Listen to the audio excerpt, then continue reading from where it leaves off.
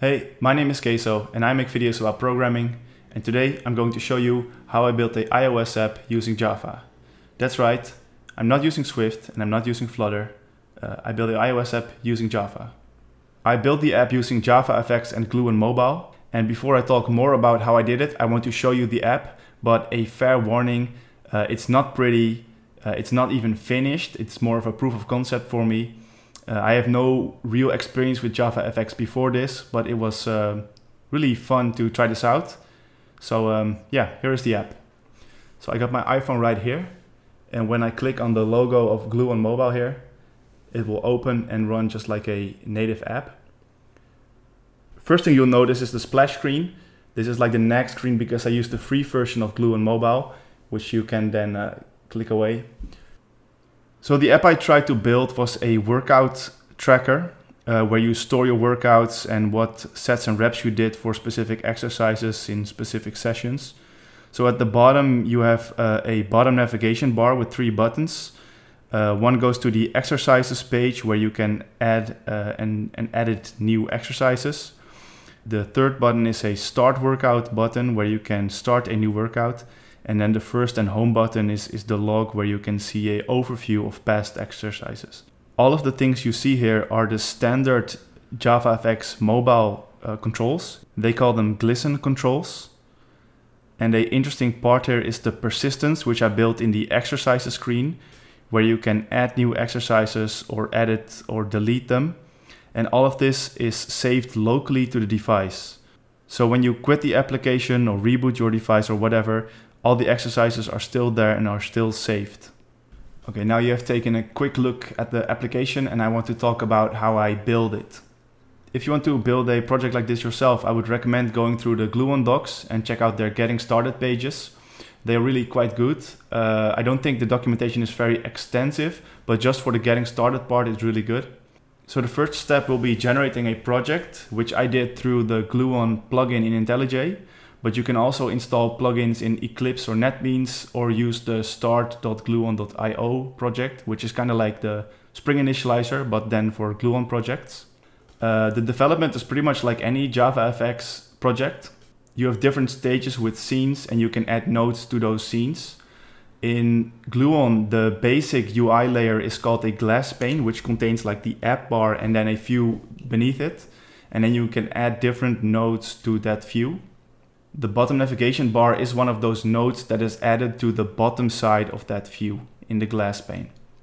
For each view, I use a fxml file, but since I got very little experience with JavaFX and fxml, they are basically just empty files. Now that I've gotten some more experience, I could do it better, but I just added all the UI controls programmatically. So each separate screen that the user sees has a fxml file and a Java class, which I called a presenter. And each presenter contains the logic which adds and configures the controls which are shown to the user. I also have 2 service classes, the exercise and the workout service. They are both used for persistence. However, only the exercise service is actually working. In the exercise service, I'm using something Gluon calls a data client, and it allows you to use Gluon Cloud Link, which is their solution for serverless inside these mobile applications. So you can use Cloud Link to store stuff you want for the user in the cloud. However, I configured it to use the local only configuration, and that allows me to store exercises in this case locally. I went this route because for me it's just a POC and this solution will suffice, and also because you need to pay for a license to use the cloud solution. And then I got some model classes which are just some pojos, and there are also 2 classes in there which have some logic to know which exercise or which workout is currently selected. The last package is called cell, and they are cells which determine the content of the list view which you see on the home page, like the scrollable list view. Each cell is being set up and configured in these classes. And one other Gluon library I want to mention is Gluon Attach, which allows you to access the hardware of your device through a set of Java APIs. So you can access like the camera or the microphone or the GPS chip or whatever. You can access them all from the Gluon Attach library. So that's a rough overview of the code and how the application is built up. And then if you want to deploy it to your iOS device, you need to do some other stuff. So for Gluon Mobile, you do need the MacBook and you do need Xcode. You have to create a single view application in Xcode. And then you need to do some other configuration which allows you to deploy your Java app to your iOS device. And then when it comes to deploying your application to your iOS device, you use something called Gluon Substrate.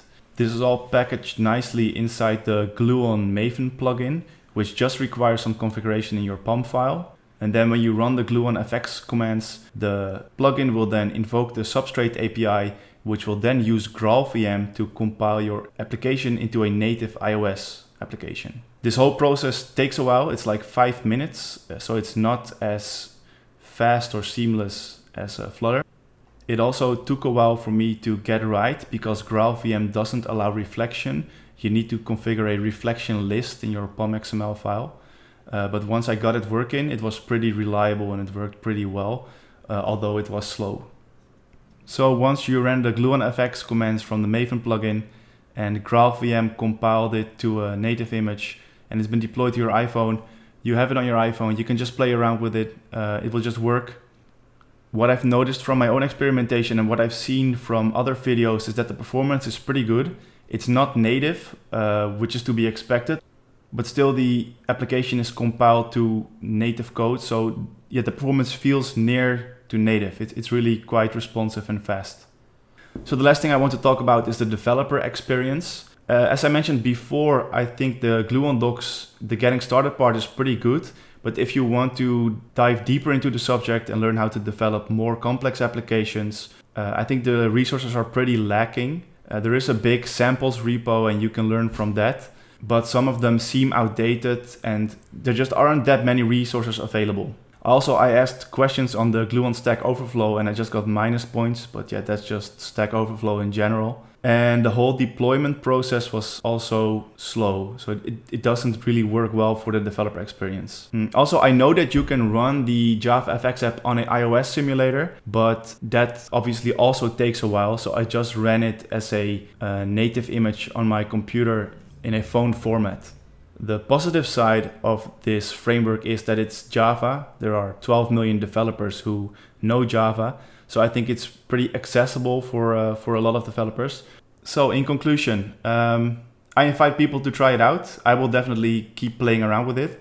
If you want a more detailed video about how to build a simple app using Gluon Mobile, let me know in the comments. I will make a tutorial. And also if you want a more in-depth video on how Gluon works with the Gluon Substrate and GraalVM, also let me know in the comments. All right, thanks for watching. See you in the next one. Bye.